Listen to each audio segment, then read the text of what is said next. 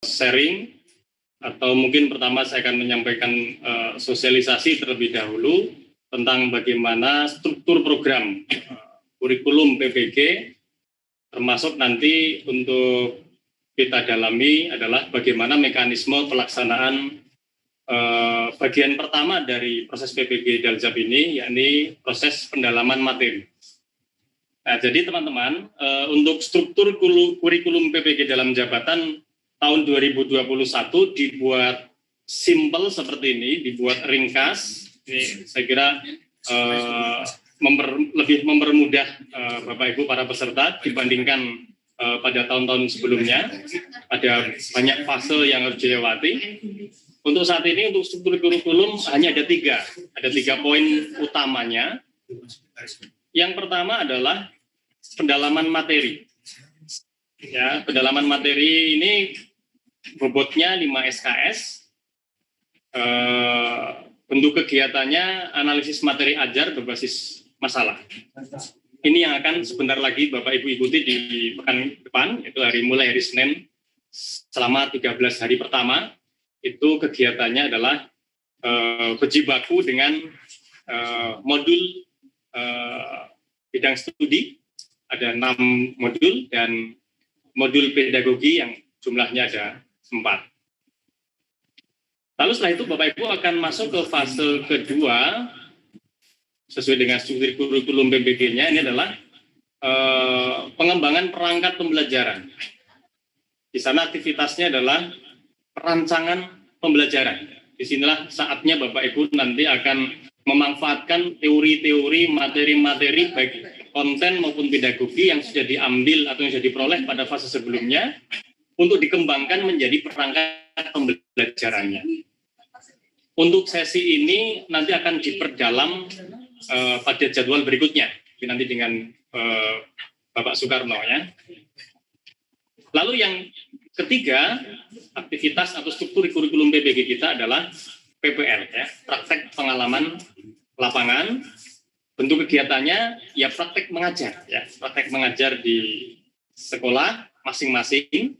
Ini tidak seperti PPL pada kondisi normal dahulu. Ini Bapak Ibu kan mestinya dulu datang ke UNY, lalu PPL-nya berada di sekolah-sekolah mitra UNY. Tapi untuk saat ini nanti Bapak Ibu melakukan PPL di sekolah masing-masing. Ini kira-kira secara garis besar struktur kurikulum PPG yang akan Bapak Ibu lewati. Bapak Ibu, ini kira-kira jadwal penyelenggaraan PPG dalam jabatan 2021 dari angkatan 1 sampai angkatan 3. Tapi Bapak Ibu di sini semuanya adalah angkatan pertama. Sebagian kegiatan sudah dilakukan. Ya, pertama konfirmasi kesediaan, penetapan peserta lapor gili, dan dari tanggal 26 Maret sampai 11 April ini Bapak Ibu mestinya sudah melakukan aktivitas pembelajaran mandiri. Sebagai salah satu implementasi kurikulum merdeka gitu ya. Lalu hari ini yang sedang Bapak Ibu alami adalah orientasi. Jadi di 9 April orientasi. Lalu kemudian mulai hari Senin tanggal 12 sampai 26 April Bapak Ibu akan masuk pada fase pendalaman materi selama 13 hari kerja, 13 hari efektif. Setiap harinya nanti Bapak Ibu bekerja dalam waktu 6 JP bersama dosen secara sinkronus ya. Mantap ini. Lalu fase berikutnya Bapak Ibu masuk ke perancangan pembelajaran ya. Di sini Bapak Ibu menyusun RPP, menyusun assessment, menyusun lembar kerja untuk siswa, macam-macam ya. Ada 14 hari efektif. Nah, lalu setelah itu Bapak Ibu akan memasuki uji komprehensif. Dirancang 3 hari. Uji komprehensif ini menjadi batu ujian pertama bagi Bapak Ibu untuk kelulusan, karena uji komprehensi atau kelulusan uji komprehensif akan menentukan apakah Bapak Ibu bisa lanjut pada fase berikutnya atau tidak, yaitu PPL. Jadi ketika uji komprehensif itu Bapak Ibu tidak berhasil, maka Bapak Ibu tidak bisa lanjut pada fase PPL. Ya, mudah-mudahan semuanya nanti sukses di uji komprehensif ini, dirancang 3 hari. Setelah itu Bapak Ibu masuk fase PPL selama 1 bulan, 31 hari efektif. Ini bertambah ya dibanding dengan tahun lalu, tahun 2020, masa PPL sekarang lebih panjang sepertinya. Nah, kemudian setelah itu masuklah Bapak Ibu ke fase terakhir, yaitu UKM PPG. Ada 2, yaitu yang pertama UKIN, ya, uji kinerja. Itu nanti Bapak Ibu mengupload perangkat pembelajaran, mengupload refleksi diri, nanti akan dijelaskan semua, mengupload publikasi segala macam, itu namanya uji kinerja. Lalu juga mengupload apa itu praktek pembelajaran ya, Bapak Ibu merekam pembelajaran di kelas lalu diupload, kemudian akan dinilai oleh para penguji UKIN. Lalu berikutnya ada kegiatan UP, uji pengetahuan. Kedua-duanya harus lulus Bapak Ibu, baik UKIN maupun UP harus lulus untuk syarat Bapak Ibu mendapat sertifikat pendidik. Salah satu di antaranya tidak lulus, maka Bapak Ibu belum bisa mendapat sertifikat pendidik dan harus mengulang pada UKIN atau UP berikutnya. Saya kira itu untuk jadwal penyelenggaraan pada angkatan pertama ya, angkatan Bapak Ibu ini. Baik Bapak Ibu, kita langsung fokus pada aktivitas atau fase atau tahap pertama dari PPG dalam jabatan kita ini, yakni pendalaman materi. Di sana ada aktivitas analisis materi ajar berbasis masalah. Baik, kita mulai. Jadi nanti outline materi kita, pertama kita akan lihat tahapan penyelenggaraan PPG dalam jabatan 2021, tadi secara umum kita sudah melihatnya, nanti kita akan melihat lagi lebih detail. Lalu yang kedua, tahapan pendalaman materi itu seperti apa, detail per hari, aktivitasnya seperti apa, nomor 3, kita akan pelajari juga. Mungkin untuk yang poin nomor 4, kebutuhan dosen, kita skip. Lalu kita akan lihat nanti lembar kerja yang harus diselesaikan apa saja, lalu tagihannya apa saja, lalu sistem penilaian untuk tahap pendalaman materi ini seperti apa, kita akan sharingkan berikutnya. Nah ini secara keseluruhan tahap penyelenggaraan PPG yang tadi pertanggal-tanggalnya bahkan sudah saya sebutkan di awal. Saya kira proses yang dari pertama ini lulus seleksi administrasi segala macam ini Bapak Ibu sudah melewatinya. Dan kali ini Bapak Ibu sedang berada pada fase pra pendalaman materi karena Bapak Ibu sudah mestinya belajar mandiri ya dari tanggal 26 Maret kemarin sampai disediakan sampai tanggal 11 April besok. Nah, nanti pendalaman materi 5 SKS, setelah itu pengembangan perangkat itu 3 SKS, lalu jeda yaitu diisi dengan uji komprehensif. Tadi sudah disebutkan. Kalau ini Bapak Ibu lulus, Bapak Ibu lanjut ke PPL di sekolah asal. Kalau tidak lulus berarti Bapak Ibu tidak bisa lanjut ke PPL. Ya. Kemudian setelah PPL ini masuk ke UKM PPG, ada 2 tadi, uji kinerja. Uji kinerja itu kalau dalam situasi normal intinya Bapak Ibu ngajar di kelas dinilai gitu. Tapi karena sekarang dalam fase daring ya Bapak Ibu hanya mengirimkan RTP-nya mana, mengirimkan rekaman pembelajarannya mana, ditambah beberapa portofolio ya untuk tambahan penilaian dan UP. Kalau ini sudah lulus, maka Bapak Ibu siap-siap untuk mendapatkan sertifikat pendidik. Ya. Bapak Ibu menjadi guru profesional bersertifikat pendidik. Itu alur PPG-nya seperti itu. Nah, ini yang akan menjadi topik utama kita sekarang, yang pertama ini. Yaitu pada tahap pendalaman materi, analisis materi ajar berbasis masalah. Belajar mandiri sudah dan sedang Bapak Ibu lakukan. Ya, mestinya selama 26 Maret kemarin sampai tanggal 11 April ini Bapak Ibu betul-betul bergelut dengan modul-modul yang sudah disiapkan. Ada 6 modul konten bidang studi dan 4 modul pedagogi. Mestinya semua sudah dipelajari dengan baik. Di sana ada LK, ya, setiap modulnya ada lembar kerja yang harus diisikan sehingga Bapak Ibu di sana bisa merangkum konsep-konsep apa saja yang ada dalam setiap modul, lalu konsep yang susah apa segala macam mestinya sudah ditulis ya. Lalu nanti mulai hari Senin kita masuk pada aktivitas analisis materi ajar berbasis masalah modul bidang studi ya. Itu nanti diselesaikan selama 13 hari. Ini seluruhnya 13 hari, tetapi aktivitas 13 hari itu macam-macam ya. Yang pertama yang bidang studi itu karena ada 6 modul ya berarti nanti 6 hari. Tapi bukan 6 hari pertama, karena hari pertama masih orientasi global gitu ya. Lalu modul konten dari modul 1 sampai modul 6 akan dikerjakan di hari kedua sampai ke hari ke-7 gitu kira-kira ya. Lalu setelah itu di setiap modul Bapak Ibu akan ditemani oleh dosen gitu ya. Nanti detailnya ada di dalam. Lalu setelah itu Bapak Ibu akan menyusun materi ajar berbasis masalah. Jadi ini latihan meng-create materi pembelajaran. Jadi kalau pada fase sebelumnya Bapak Ibu hanya mempelajari materi, nah pada fase nomor 2 ini, atau mungkin lebih tepat subfase gitu ya, subfase nomor 2 ini, Bapak Ibu menyusun materi ajarnya. Dipilih 1 KB gitu ya, Bapak Ibu kan sudah tahu itu, dalam satu modul itu ada beberapa KB, kalau nggak salah ada 4 KB. Nah untuk tugas yang menyusun materi ajar ini nanti Bapak Ibu diberi tugas menyusun 1 KB saja. Memilih di antara KB-KB yang ada, nanti biar bagus, biasanya nanti para dosen akan membagi ya, supaya tidak tumpukan, tidak mengumpul pada KB yang sama. Nah nanti dirancang mungkin diundi atau bagaimana ya, yang prinsip harapannya seluruh KB itu bisa ada pengembangnya. Sehingga bayangkan Bapak Ibu, lulusan PPG angkatan pertama ini nanti akan menghasilkan bahan ajar yang sangat kompleks, itu sangat banyak itu. Dan karena terbimbing mestinya bagus hasilnya begitu.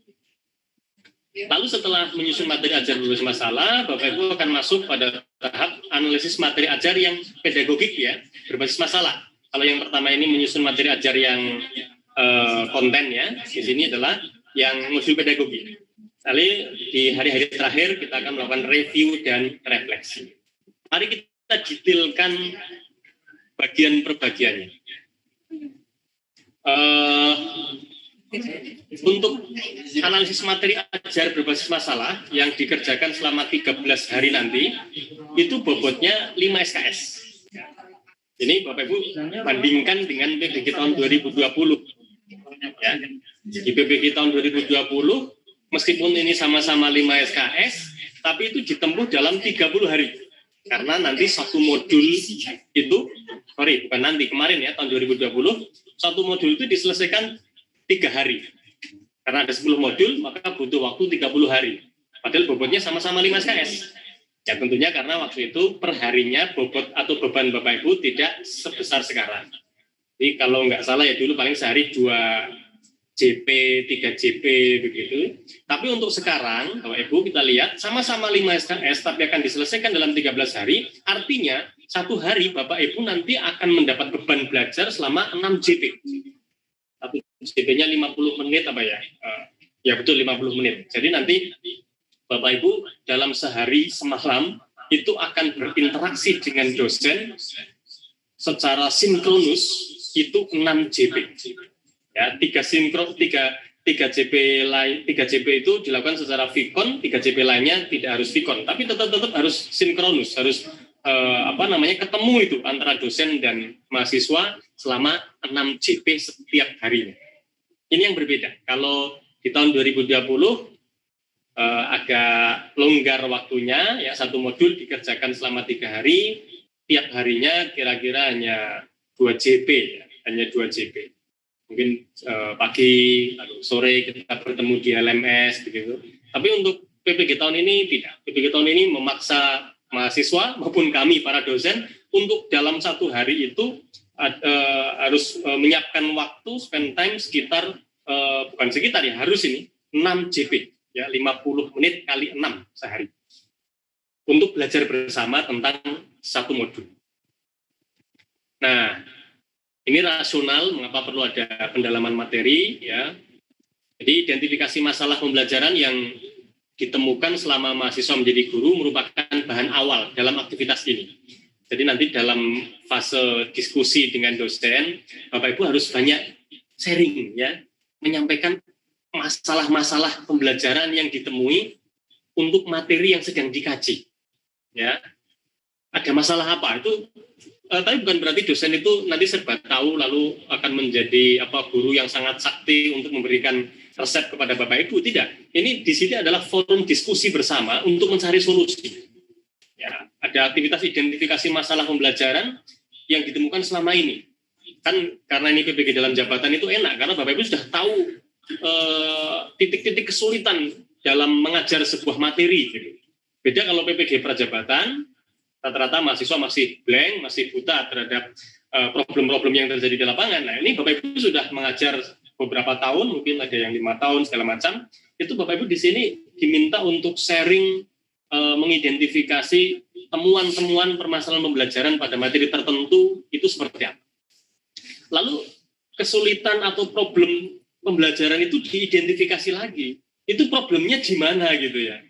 Karena masalah ini bisa berada di guru, juga bisa berada di siswa atau di suasana pembelajarannya. Jadi harus diakui seperti itu. Kalau ada masalah pembelajaran, itu mungkin masalahnya berasal dari kita sebagai guru. Mungkin ada defisit kompetensi. Kita ada kompetensi yang kurang. Kita nggak ngerti mendalam tentang materi tertentu, atau bahkan mengalami miskonsepsi misalnya. Atau mungkin masalah juga memang berasal dari siswa.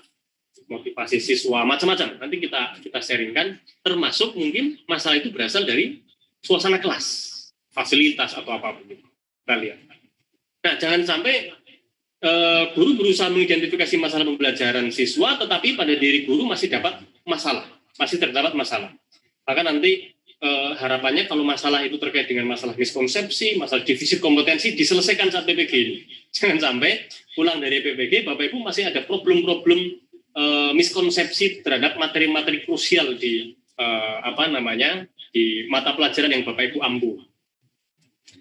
Nah, seperti itulah mengapa kita perlu menyampaikan materi pendalaman materi, meskipun aslinya dalam kurikulum PPG Prajabatan pendalaman materi itu tidak boleh ada, karena logikanya ketika masuk ke program profesi itu mestinya sudah dipandang kalau soal konten, kalau soal materi, itu sudah oke begitu. Harapannya begitu sebetulnya. Tapi kan faktanya tidak. Faktanya kita dalam prakteknya masih juga menemui bahwa kita juga masih punya kelemahan-kelemahan materi. Apalagi mungkin background pendidikan kita kan bermacam-macam. Sebagai contoh ya, kami yang di IPA ini. Bapak Ibu yang mengajar IPA hari ini kan mungkin saja dulu lulusannya S1 Fisika atau S1 Biologi. Atau pendidikan fisika, pendidikan biologi, ya. Bukan pendidikan IPA. Pasti ada defisit kompetensi di sana. Kalau yang lulusan pendidikan fisika ketemu dengan KD biologi ada masalah. Termasuk juga Bapak Ibu yang mengajar IPS, mengajar materi-materi lain yang barangkali tetap saja ada problem-problem miskonsepsi, defisit kompetensi yang perlu dibereskan. Nah, inilah saatnya Bapak Ibu melakukan itu. Jadi gunakan kesempatan ini sebaik-baiknya. Baik, untuk aktivitas belajar mandiri, Bapak Ibu sudah melewati ini, ya. Bapak Ibu sudah membaca dan memahami modul.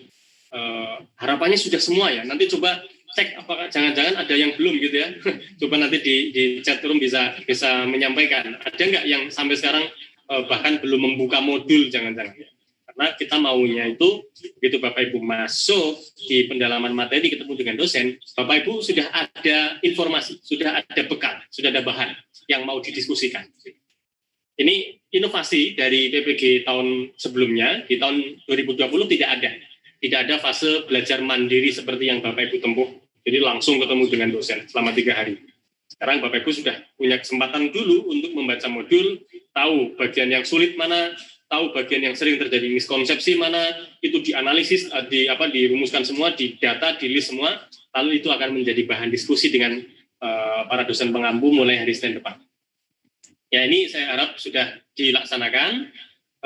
Jangan lupa yang tagihan utamanya di fase belajar mandiri ini adalah LK1. Sudah semua ya, mudah-mudahan ya. Nanti kita cek, jangan-jangan ada yang belum mengerjakan LK. Karena LK1 ini menjadi keyword, menjadi password untuk masuk ke pendalaman materi bersama dosen. Nanti mungkin Mas Aka, Mas Andika pada bagian IT bisa menyampaikan di sesi yang sesuai nanti, bahwa Bapak Ibu yang belum mengupload LK1, maka belum punya kunci ya untuk bisa masuk ke pendalaman materi bersama dosen. Maka pastikan ini diselesaikan. Ya, selama aktivitas belajar mandiri mestinya Bapak Ibu memegang prinsip merdeka belajar, artinya belajar sendiri, betul-betul Bapak Ibu belajar sendiri. Lalu merdeka terbimbing, artinya Bapak Ibu bisa meminta bimbingan kepada siapa saja, kepada rekan yang lain, kepada guru yang lebih senior, ya silahkan. Baik, kita mulai hari per hari yang akan Bapak Ibu lewati pada fase pendalaman materi mulai hari Senin. Di hari Senin, tanggal 12, Bapak Ibu akan bertemu dengan seorang dosen selama 6 JP dalam situasi pembelajaran sinkronus melalui Vicon. Mantap sekali ya. Saya juga susah membayangkan ini sebagai dosen itu nanti mengajar 6 JP, Vicon, sinkronus, terus-terusan, apa ya kuat gitu ya. Nah, kita lihat nantilah, mudah-mudahan diberi kesehatan. Tapi tidak harus 6 JP itu berturutan ya. Bisa saja pagi mengambil 2 JP, siang mengambil 2 JP, sore mengambil 2 JP. Nanti bisa dibuat yang nyamannya seperti apa. Meskipun ada saran kalau Vicon itu sebenarnya dilakukan setelah pukul 1 siang ya, jam pukul 13 ke atas waktu Indonesia Barat ya. Karena asumsinya pagi hari Bapak Ibu mengajar, tapi untuk hari pertama sepertinya susah. Karena 6 JP. 6 JP Vicon pasti ini kalau hanya diselesaikan setelah pukul 13 pasti nggak cukup ya kan. Kalau saya pribadi mungkin nanti akan mengambil 2 jam 2 JP pagi, mungkin mulai pukul 7 sampai berapa kalau 100 menit setelah pukul 7 gitu ya. Nanti tengah-tengah kita mulai lagi misalnya pukul 12:30, nanti mulai lagi agak sore mungkin 3:30 begitu. Ya, tapi ya itu nanti tergantung dosen ya. Bapak Ibu bisa mendiskusikan juga lah bagaimana sebaiknya melaksanakan di hari pertama ini. Karena hari pertama dibuat Vicon terus, kenapa? Karena di sini ada beberapa tutorial ya. Jadi Bapak Ibu akan mengikuti orientasi analisis materi ajar konten berbasis masalah. Jadi seluruh modul itu kira-kira akan diberi diberi gambarannya ya. Gambaran besarnya, peta besarnya tentang materi-materi yang harus Bapak Ibu ikuti selama 13 hari itu kayak apa. Gitu ya. Lebih dari itu, di pertemuan hari pertama, Bapak Ibu juga akan diajak untuk bisa memahami dan melakukan simulasi Learning Management System. Ya, kita akan berkenalan dengan LMS-nya. Saya tidak tahu apakah Bapak Ibu sekarang sudah masuk LMS atau belum ya, Mas Andika? Sudah mereka ya? Sudah ya. Nanti akan lebih didalami lagi ya, akan lebih dikenalkan lagi bersama dosen yang mengampu di hari pertama, memahami dan sekaligus melakukan simulasi Learning Management System.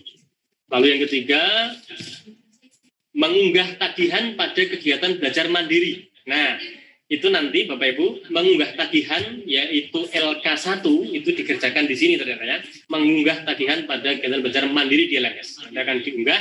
Nah, kalau sudah diunggah, Bapak Ibu lalu bisa mengikuti pendalaman materi berikut. Ini kegiatan di hari pertama.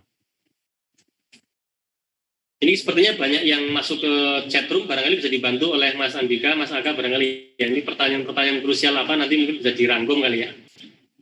Pak Sabar, nanti kita jawab pas saat ID. Siap.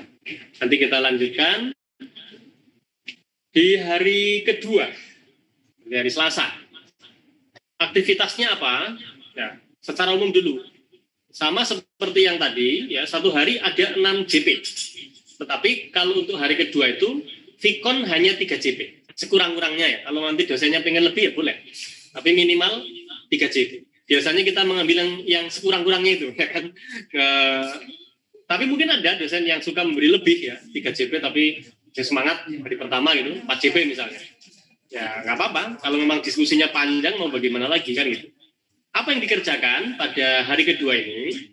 Bapak Ibu akan diajak berdiskusi bersama dosen mengenai materi yang sulit dipahami pada modul 1 di tiap bidang studinya masing-masing. Tadi saya ingatkan bahwa di setiap bidang studi itu ada 6 modul materi kan dan 4 modul pedagogi. Nah, yang hari kedua ini, hari Selasa, itu Bapak Ibu akan mengkaji untuk modul pertama. Jadi Bapak Ibu sampaikan aja materi yang sulit di modul 1 itu apa, gitu kan? Lalu Bapak Ibu akan melakukan review dan diskusi tentang advance materi dan materi hot. Jadi diidentifikasi pada modul tersebut yang merupakan materi hot itu yang mana, yang merupakan advance material itu yang mana, gitu ya. Itu didiskusikan, diidentifikasi bersama-sama dengan dosen. Lalu melakukan konfirmasi dan klarifikasi tentang miskonsepsi. Jadi miskonsepsi ini bisa miskonsepsi yang mungkin Bapak Ibu rasa muncul pada para siswa. Karena kalau Bapak Ibu sendiri nggak tahu kalau kita sedang mengalami miskonsepsi kan gitu. Atau mungkin miskonsepsi juga bisa dimaknai seringkali Bapak Ibu menjumpai teman-teman lain, guru yang serumpun materi pelajaran gitu kok. Dia kayaknya salah konsep ya misalnya begitu. Itu dia diutarakan saja pada poin ini. Dan yang keempat adalah melakukan analisis materi penerapannya dalam kehidupan nyata, kontekstualisasi materi lah kira-kira begitu. Jadi aktivitas diskusinya kira-kira frame-nya pada 4 poin ini, ya, kerangkanya pada 4 poin ini. Pertama, mendiskusikan materi yang dianggap sulit apa saja, terus materi yang hot apa saja, materi yang miskonsepsi apa saja, lalu materi yang perlu dikoneksikan dengan kehidupan nyata sehari-hari apa saja.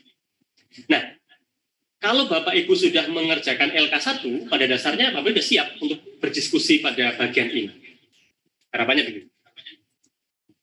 Nah, lalu pada hari ke 3, 4, 5, 6, 7 berikutnya, itu hanya aktivitas pengulangan, aktivitasnya sama, tapi untuk modul yang berbeda. Misalnya nanti di hari ketiga, Bapak Ibu nanti akan masuk ke bidang modul kedua gitu. Hari keempat modul ketiga, begitu seterusnya sampai hari ketujuh itu modul keenam bidang studi masing-masing dengan pola sama, sehari 6 JP, 3 JP diantaranya harus dilakukan secara video conference. Sehingga ini siapkan Bapak Ibu ya device-nya, ya, laptopnya, HP-nya itu disiapkan mungkin bergantian gitu, kalau HP-nya panas bergantian pakai laptop begitu ya. Kalau laptopnya mulai hang gitu ya, ganti pakai HP, karena ya seperti inilah keadaannya. 6 JP Bapak Ibu harus berhadapan dengan LMS ya, 3 JP diantaranya video conference. Ini aktivitas hari kedua sampai hari ketujuh. Ya, pendalaman materi bidang studi. Lalu di hari ke-8 dan ke-9, aktivitasnya adalah menyusun materi ajar berbasis masalah. Sama, sinkronus selama 6 JP, 3 JP diantaranya dilakukan secara vikon. Ya. Aktivitas masuk apa? Bapak Ibu di sini dalam 2 hari itu diminta untuk menyusun materi ajar. Ya, bikin modul mudahnya begitu, tapi untuk 1 KB saja, setara 1 KB. Ya, berbasis problem based learning. Nanti Bapak Ibu kan sudah belajar problem based learning seperti apa, maka dibuatlah bahan ajar yang kira-kira mencerminkan aktivitas problem based learning, gitu. Dan nanti akan dibimbing ya oleh dosen yang mengampu. Kira-kira hari pertama mulai nyusun, itu hari kedua sudah mulai diskusi produknya dengan dosen. Ya, harapannya itu dilakukan sehingga keren banget nih. Dalam 1 kelas saja misalnya Bapak Ibu nanti akan, misalnya ada 30 mahasiswa, akan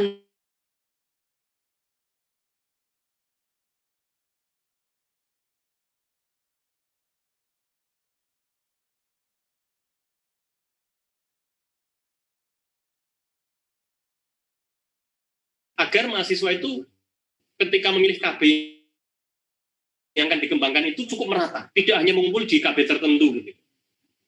Saya kira istilah KB tidak perlu diterangkan ya, atau Bapak Ibu sudah paham ya. Begitu melihat modul kemarin kan dalam 1 modul ada 4 KB gitu ya. Nah Bapak Ibu tugasnya menyusun 1 KB itu. Ya, saya kira begitu.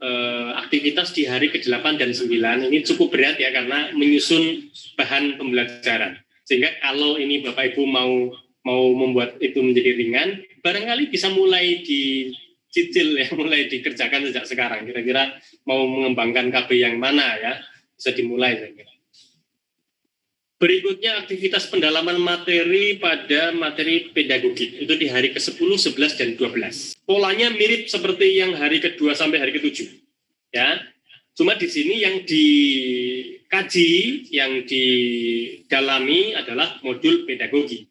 Ya, aktivitasnya melakukan review, klarifikasi, konfirmasi atas hasil belajar mandiri pada modul menyusun LK-nya, LK1.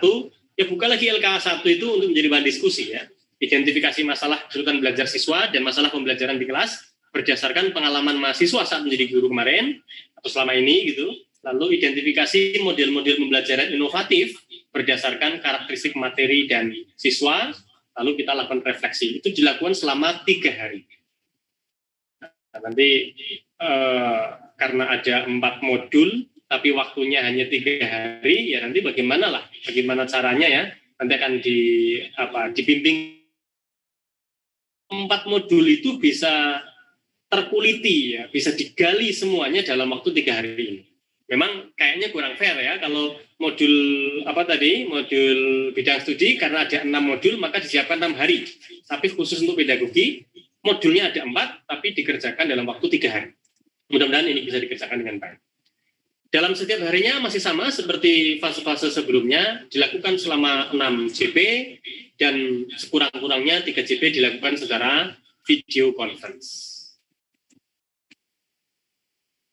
Modul pedagoginya apa saja? Ini ada 4. Ya, ini ada modul 1 tentang konsep dasar ilmu pendidikan. Ada 4 item itu, konsep dasar dan landasan ilmu pendidikan, tentang peserta didik, tentang teori belajar, tentang kurikulum. Lalu modul 2 yaitu peran guru dalam pembelajaran abad 21. Itu ada karakteristik pembelajaran abad 21. Ada profil dan kompetensi guru abad 21. Keren-keren ini materinya ya. Saya kira materi-materi begini, materi pedagogi begini belum diterima waktu Bapak Ibu jadi mahasiswa dulu, bukan saya. Ini termasuk materi pedagogi yang update, yang terupdate barangkali. Nah ini kebetulan untuk materi pedagogi ini penyusunnya dari UNI. Modul 3 tentang pembelajaran inovatif, itu belajar tentang pembelajaran STEM, science, teknologi, environment, maths ya, digabung jadi satu gitu ya. Pembelajaran neuroscience, pembelajaran digital, pembelajaran blended learning. Ini kan mungkin banyak terminologi yang agak baru ya. Blended learning itu seperti apa gitu ya. Pembelajaran digital seperti apa. Ini saya juga sih dulu waktu kita kuliah, waktu kita dipersiapkan jadi guru, materi-materi seperti ini belum sampai kepada kita. Alhamdulillah Bapak Ibu diberi kesempatan untuk belajar bersama di PPG tahun 2021. Lalu modul 4 tentang perancangan pembelajaran inovatif ya, dari teori yang ada di modul 3 kira-kira lalu diaplikasikan dalam modul 4 itu. Sehingga mungkin inilah alasannya meskipun ada 4 modul tetapi pengkajiannya hanya 3 hari. Karena pada hakikatnya kontennya itu ada 3 modul itu. Sedangkan di modul yang keempat lebih ke penerapannya ya, implementasinya, bagaimana konsep-konsep dari pembelajaran inovatif yang sudah dipelajari di modul 3 itu diterapkan dalam perancangan pembelajaran. Jadi kita ketemu alasannya ya, mengapa kok modulnya ada 4 tapi pelaksanaannya hanya 3 hari. Karena sebetulnya secara konten ya modul 1, 2, dan 3 itu. Modul 4 lebih ke application-nya ya. Itulah aktivitas di hari 10, 11, dan 12. Berikutnya di hari ke-13 atau hari terakhir aktivitas pendalaman materi, kegiatannya adalah review dan refleksi. Ya, review dan refleksi. 1 hari, 6 JP, sekurang-kurangnya 3 JP dilakukan secara VCon, sama seperti yang lainnya. Apa kegiatan yang Bapak Ibu lakukan pada fase ini? Di sini Bapak Ibu akan melakukan review, analisis materi ajar, konten berbasis masalah secara keseluruhan dari yang sudah dipelajari sebelumnya itu sebagai penutup aktivitas. Ini menuju aktivitas perancangan pembelajaran. Jadi ini menjadi jembatan kira-kira gitu ya. Kalau Bapak Ibu sudah menguasai kontennya seperti itu, lalu tentang bagaimana cara mengajarnya seperti itu, yang sudah dikuatkan dengan 10 modul gitu Ibu kira-kira. Maka kira-kira nanti bagaimana ini kita implementasikan dalam perancangan pembelajaran yang nanti perangkat-perangkatnya akan dikembangkan pada fase kedua atau pada tahap kedua. Lalu yang kedua adalah penyelesaian output dan tagihan kegiatan. Jadi di hari ke-13 ini akan dicek ya output yang yang harus diunggah, yang harus diselesaikan, tagihan-tagihan yang harus diselesaikan oleh setiap peserta apa saja itu akan dicek ya. Nanti admin LMS akan ngecek, dosen pengampu akan ngecek, akan mengingatkan Bapak Ibu supaya dipastikan seluruh tugas-tugas yang harus dikerjakan oleh Bapak Ibu bisa diselesaikan dengan baik. Nah, itulah aktivitas hari pertama sampai hari 13 di fase atau tahap pendalaman materi. Kira-kira ini kita lewati. Bentuk LK-nya ini mestinya tidak asing bagi Bapak Ibu. Untuk LK 1.1 mestinya sudah Bapak Ibu kerjakan. Ya. Bapak Ibu sambil jalan kemarin mulai tanggal 26 Maret sampai tanggal 11 April nanti, Bapak Ibu mestinya sudah mengerjakan LK 1.1 ini. Coba ngaku saja yang belum, siapa boleh chat room ya. Mestinya sudah. Nah, kalau belum harus segera diselesaikan dalam hari-hari ini gitu kan, harus segera diselesaikan. Tiap modulnya dibuat satu LK ya. Mulai dari modul 1 bidang studi. Cek judul modulnya apa, ditulis kegiatannya, KB-nya masing-masing apa judulnya, kan ada 4 KB itu setiap modul itu. KB1 apa, KB2 apa, KB3 apa, KB4 apa, ditulis semua. Lalu Bapak Ibu lakukan refleksi. Pada modul ini konsep-konsep apa saja sih yang digali gitu ya. Jadi dituangkan konsepnya apa, misalnya konsep gaya. Terus gaya itu definisinya apa. Jadi harus ada istilah dan definisi. Syukur-syukur Bapak Ibu bisa membuat peta konsepnya nih. Tuntutannya peta konsep sebetulnya kalau tulisannya ya. Peta konsep, tetapi di sini tagihannya Bapak Ibu sih hanya disuruh mendaftar, membuat list ya. Konsep apa saja. Tapi saya kira kalau Bapak Ibu berhasil membuat peta konsep itu jauh lebih baik. Jadi dibuatkan itu peta konsepnya, nah, terus termasuk juga Bapak Ibu menyebutkan konsepnya itu apa saja, definisinya apa. Itu bagian pertama. Bagian kedua, Bapak Ibu setelah mempelajari modul tersebut, cari materi yang sulit itu apa saja, topik-topik yang sulit apa saja, konsep yang susah dipahami apa saja, didata, ditulis. Ini bagus sekali nanti dipakai sebagai bahan diskusi Bapak Ibu bersama dosen nantinya. Lalu tulis juga tentang daftar materi yang sering mengalami miskonsepsi.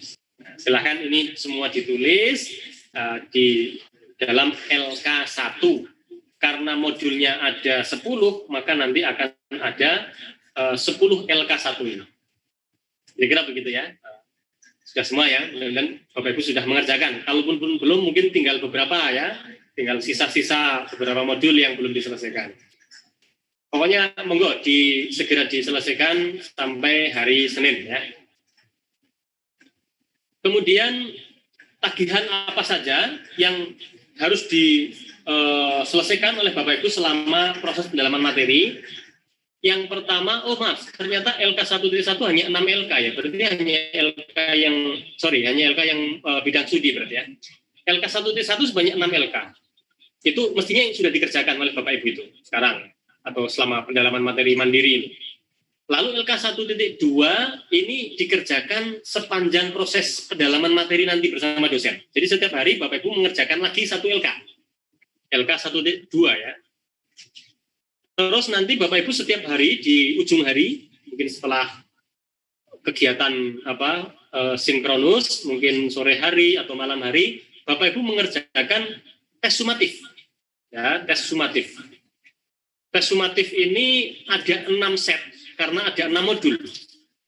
Untuk yang bidang studi, ditambah 1 set pedagogik. Ya. Pedagogik meskipun ada 4 modul, tapi tesnya hanya sekali. Gitu.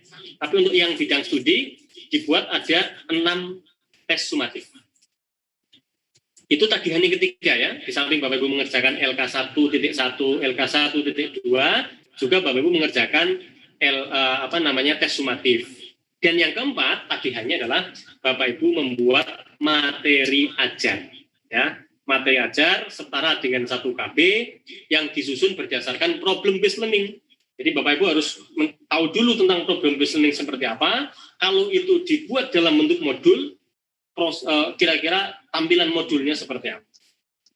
Jadi formatnya nanti seperti modul yang sudah Bapak Ibu pelajari, ya. Tapi digunakan spesifik untuk Bapak Ibu sendiri yang nanti dipakai kepada siswa Bapak Ibu. Penilaiannya sekarang, bagaimana agar Bapak Ibu mendapat nilai terbaik sehingga bisa lanjut terus kegiatannya. Pertama, partisipasi aktif dan penyelesaian LK. Jadi LK dan Bapak Ibu aktif nanti akan menyumbang 25%. Lalu penyelesaian self-assessment yang 7 set tadi ya, yang tes sumatif sepertinya ini ya, itu nanti dia akan menyumbang 35%. Lalu yang produk berupa materi ajar, bahan ajar itu menyumbang 40%. Ternyata paling tinggi adalah produk materi ajar. Maka disiapkan yang terbaik gitu ya. Lalu otomatis karena bobotnya 25%, 35%, 40% seperti ini, maka rumus untuk mendapatkan nilai akhir pendalaman materi adalah seperti ini. 25% kali A ditambah 35% kali B ditambah 40% kali C. Jadi itu ya, LK-nya menentukan. Lalu jawaban Bapak Ibu waktu tes sumatif menentukan, dan produk materi menentukan. Ini yang menjadi penentu kelulusan tahap pertama ya, atau penentu keberhasilan Bapak Ibu di tahap pertama ini, di tahap pendalaman materi. Ini sebenarnya untuk dosen ya, panduan untuk dosen, tapi Bapak Ibu tahu sedikit nggak apa-apa, cara menilainya seperti itu ya. Jadi untuk tiap-tiap LK itu akan diberi skor 1-5 kira-kira gitu. Lalu keaktifan selama diskusi itu 40 skor maksimalnya, sehingga untuk nilai poin pertama itu partisipasi aktif dan penyelesaian LK seperti ini caranya untuk dapat nilai 100. Lalu rubrik penilaiannya seperti ini ya, jika LK diisi lengkap, tepat waktu, benar sesuai dengan instruksi, nanti Bapak Ibu dapat 5. Kalau Bapak Ibu nggak mengerjakan, maka dapat nilai 1. Bayangkan kalau 1 semua ya, nanti Bapak Ibu dapat skor berapa, silahkan nanti dihitung sendiri. Nah gitu ya, jadi ceritanya begitu. Nanti mungkin silahkan ini di screenshot ya, supaya Bapak Ibu punya pegangan ini. Pengen dapat nilai 5, skor 5, itu gimana caranya? Berarti Bapak Ibu harus upload tepat waktu. Yang diupload lengkap. Kalau disuruh menuliskan peta konsep, ya peta konsepnya lengkap. Kalau disuruh membuat daftar materi yang konsepsi, ya ada. Disuruh membuat daftar materi yang sulit, ya ada. Begitu. Jangan sampai ada bagian yang kosong. Asal lengkap, tepat waktu, dan benar, itu maka nanti dapat nilai atau skor 5. Begitu seterusnya, skor 4, 3, 2, 1, ada yang kurang gitu ya, lalu berkurang nilainya. Misalnya untuk skor 4 itu bagus tapi tidak tepat waktu, telat gitu, ya bisa dinilai tapi 4. Lalu skor 3 jika LK diisi dengan lengkap tapi kurang tepat, tidak sesuai gitu ya, dan seterusnya, masing-masing ada poinnya. Lalu untuk penilaian buku ajar, bagaimana cara menilai buku ajar? Bagaimana agar Bapak Ibu mendapat skor yang tinggi dalam buku ajar? Pertama, luasan materi, kedalaman materi. Materinya harus mengcover high order thinking skill, ya. Bukan hanya materi yang sifatnya pemahaman, tapi materi yang bisa memantik kemampuan analisis siswa, kemampuan greeting siswa, ya, kemampuan evaluating, macam-macam itu. Silahkan dicek. Jadi jangan hanya bikin modul yang gaya adalah gitu ya, tapi harus memantik siswa kita itu bekerja secara lebih tinggi level pemikirannya. Lalu kemudian itu dipahami. Jadi dosen akan membaca ini kalimatnya enak nggak dipahami. Lalu visualisasi dan ilustrasi ya, kemampuan Bapak Ibu dalam membuat tampilan yang baik, ya, covernya bagus, tata letaknya bagus, layoutnya ya, terus tulisannya rapi, bahasa dan tulisan gitu. Maka nanti ini akan menentukan nilai dari buku ajar. Untuk masing-masing item skor maksimalnya 20 sehingga totalnya 100. Lalu bagaimana Bapak Ibu? Oh, sudah selesai, itu saja ya. Cara mendapatkan skor terbaik agar Bapak Ibu dalam fase pendalaman materi ini bisa mendapat skor terbaik. Nah, barangkali itu ada nggak ini pertanyaan-pertanyaan krusial yang harus dijawab sekarang, Mas Aga?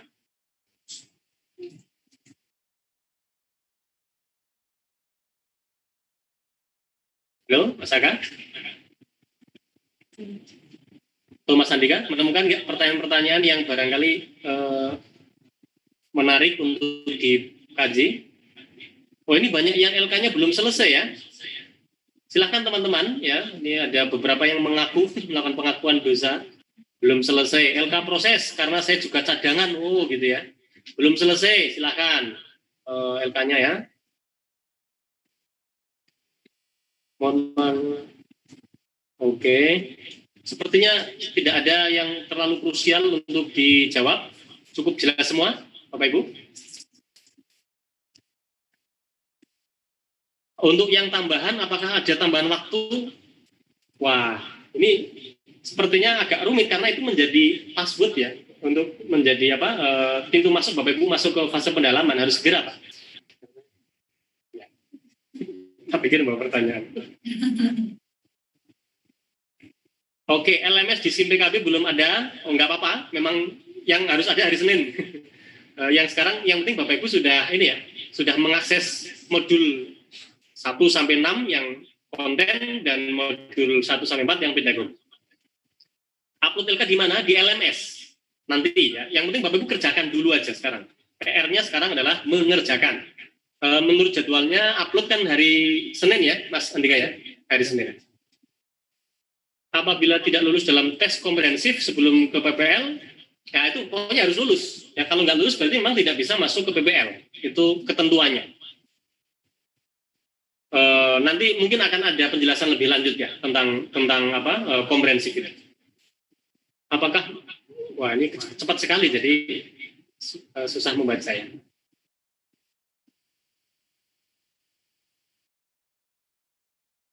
Apakah soal nomor 2 harus membuat peta konsep juga apa tidak? Soal nomor 2 itu kan tentang materi yang sulit ya. Ya cukup menuliskan daftar saja. Daftar materi yang sulit apa materi yang hot apa tadi ya? Yang saya agak lupa, sebentar. Cek ya di LK-nya tadi. Daftar materi yang sulit betul ya. Cukup dibuat daftarnya saja ya Bapak Ibu ya. Bukan peta konsep. Peta konsep untuk nomor 1. Tugas LK ini apakah dikirim per instruksi, per modul atau semua modul diupload sekaligus? Nanti mekanisme uploadnya bisa diterangkan oleh tim IT, Mas Aka dan Andika saya kira. Pada prinsipnya untuk tiap LK satu modul satu LK Bapak Ibu ya. Terpisah-pisah gitu. Modul 1 lembarnya tersendiri dengan modul 2 dan seterusnya karena nanti dosen yang mengoreksi beda-beda gitu. Jadi modul 1 yang akan mengoreksi ya yang mengampu modul itu. Jadi jangan dicampur-campur gitu. Untuk nomor 3 harus ada Pak, harus ada daftar materi yang sering mengalami miskonsepsi. Pokoknya bagaimana caranya harus ada, karena kalau ada yang kosong nanti dianggap tidak lengkap kalau mengikuti rubrik penilaian. Ya, diisi saja. Saya yakin ya nggak tahu ya. Kalau dalam pandangan saya itu selalu ada materi-materi miskonsepsi pada setiap modul. Ya.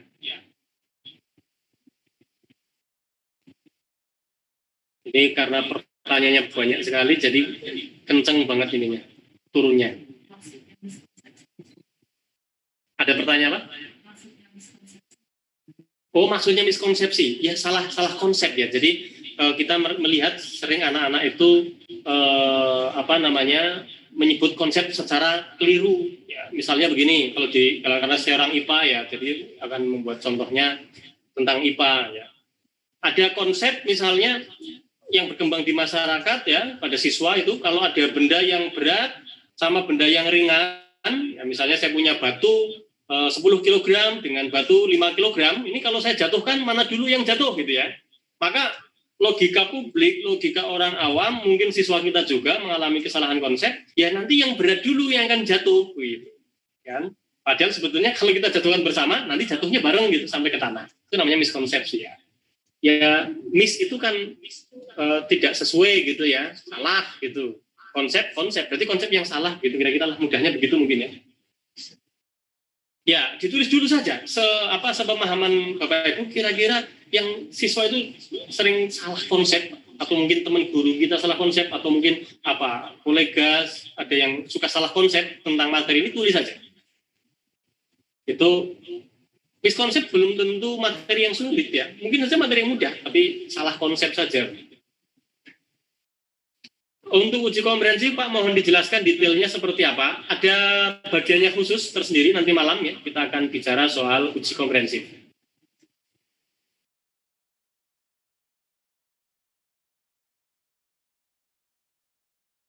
Oke, saya kira itu. Kalau sudah tidak ada lagi, toh nanti kita masih punya waktu ya. Kita masih bisa ketemu lagi setelah ini dengan Pak Soekarno, nanti dengan saya juga masih bisa ketemu lagi dengan Bapak Ibu di materi PPL dan UKM PPG, termasuk nanti kita bisa sedikit bicara soal uji komprehensif gitu ya. Oke, sudah pukul 3:14. Saya kira cukup nyaman bagi kita untuk mengakhiri sesi ini, untuk melakukan istirahat, sholat, snack di rumah masing-masing gitu ya. Nanti ketemu lagi jam berapa? Jam 15.45. Oke, 15.45 kita ketemu lagi di link yang sama ya, bersama pembicara atau narasumber berikutnya. Saya terima kasih, mengucapkan terima kasih.